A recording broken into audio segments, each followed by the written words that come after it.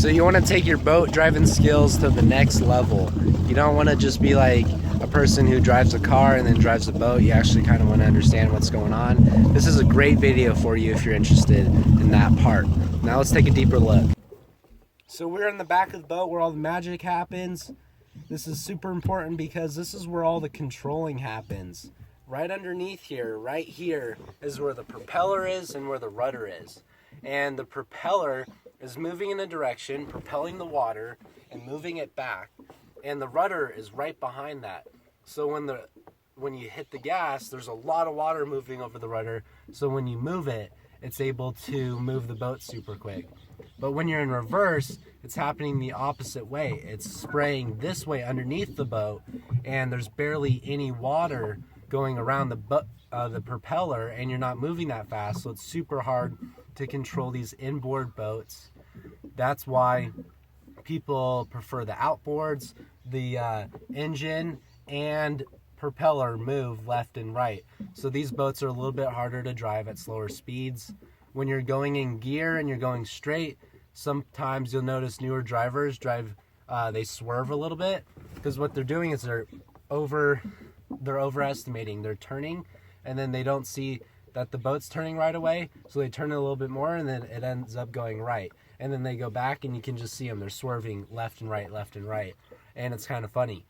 But if you kind of understand these concepts and you see what's going on underneath the boat, you'll be able to be a lot better driver. So let's take a deeper look. So as of right now, I'm assuming you're pretty familiar with just the generic part of the driver's seat.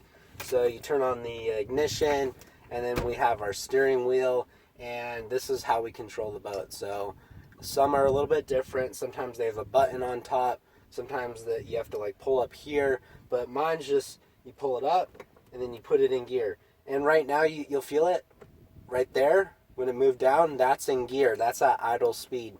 And you don't really want to throw it in reverse directly any faster than when you're going in gear. So when you're going forward and you're in gear, you're going about 4 miles an hour. I wouldn't go any faster and go directly into reverse, because that can cause a lot of issues later on. It's just a cautious thing. If there's an emergency, always do your best, but just kind of use that as a guideline. So you do the same thing. When you bring it in reverse, it drops down. That's in just at idle speed. And then if you need to go any faster in reverse, you can keep going back. I hardly go more than idle speed in reverse. Maybe I will throttle it a little bit more if I over-rotate it a little bit or under-rotated, but I hardly throw it in reverse any faster, because usually you really don't need to. And then you can hear it clicks, and that's just the center part, so you can't throw it in and out. So if you're ever going, you just throw it all the way back and it locks into neutral, and the boat's not going to move anymore. That's kind of just a big safety feature. If you ever have an issue, just throw it back. So let's start up the engine and just kind of do a nice slow speed drive, and then we can start with the high speed. So start up the engine. We're just moving forward. So right now we're just in gear moving forward, and you can see, we're going basically straight. You can see if I turn it a little bit, it takes a second. It takes like a half a second for the boat to actually turn, and then I can move it back, and you can see it starts correcting and turning back over. And this is when you notice people starting to do the swerve. So what you really want to do is just kind of do like almost like a micro swerve. You can see the boat starting to turn left a little bit. Literally just move it just to the right, just a hair. And it's just these micro little movements if you want to go straight. If you really want to turn around super fast, you can turn out all the way, and there's really no issue because you're going at a slow speed. But once you start increasing the speed, you'll notice the reaction of the turning is going to go a little bit quicker. That kind of is a little bit of common sense, but just need to get it out there. So once you go faster and increase the throttle, you'll notice there's more water going over the propeller, and you have a quicker reaction. So the faster you go, the quicker the reaction is. But now I am just in gear, and say if I wanted to stop, I would throw it in reverse, and there we go. I basically stopped, but you can see I'm rotating, and I'm rotating because of how the propeller spins.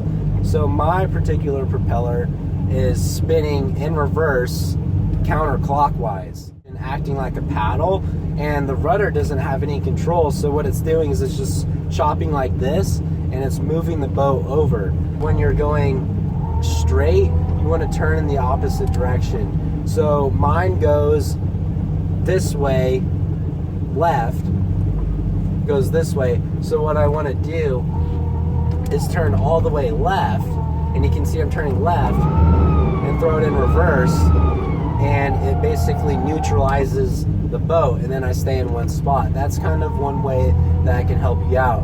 So when you're picking up someone on the water and they decide they don't want to go again, and you throw it in reverse, you're not going to like whip the boat around because you're throwing it in reverse, and then you have that prop wash. All you have to do is turn it in the opposite direction for a second, and then throw it in reverse, and it'll neutralize, and it'll be a lot better situation. Another issue that people have with these inboards is in reverse, it only goes one way. That's what a lot of people say, and to help defeat that issue, what you want to do is do intermittent reverse throttle inputs. That's going to help you a lot. Why? Because it's going to help you move backwards, but at the same time, you're not going to continuously have this paddle moving you to whichever direction. So what I want to do is first start out with my steering wheel all the way on the opposite direction. I do this on the trailer too, and what I'm going to do, instead of ripping it in reverse, I'm going to put little intermittent throttle responses. And it's called hooking the rudder. Now you can see I'm turning the opposite way. I'm putting little intermittent responses in the back. The less you can do, the better. And now my inboard that turns one way can actually turn two ways by doing this simple little trick, having it full opposite direction and doing tiny, minuscule little inputs, and you'll be able to turn the other way. It takes a little bit. It takes you about 5 or 10 feet for that rudder to hook, but once it's hooked, keep that slow speed and you should be set. So now we have gone slow forward and slow in reverse. Let's go a little bit faster. Let's get some speed.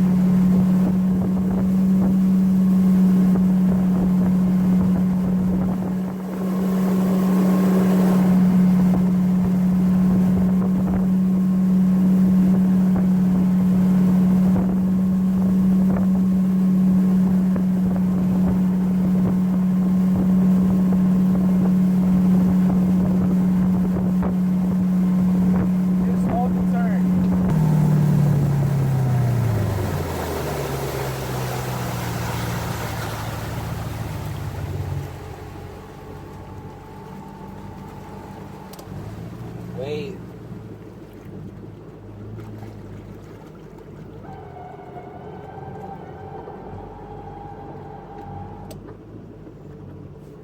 That's probably the quickest.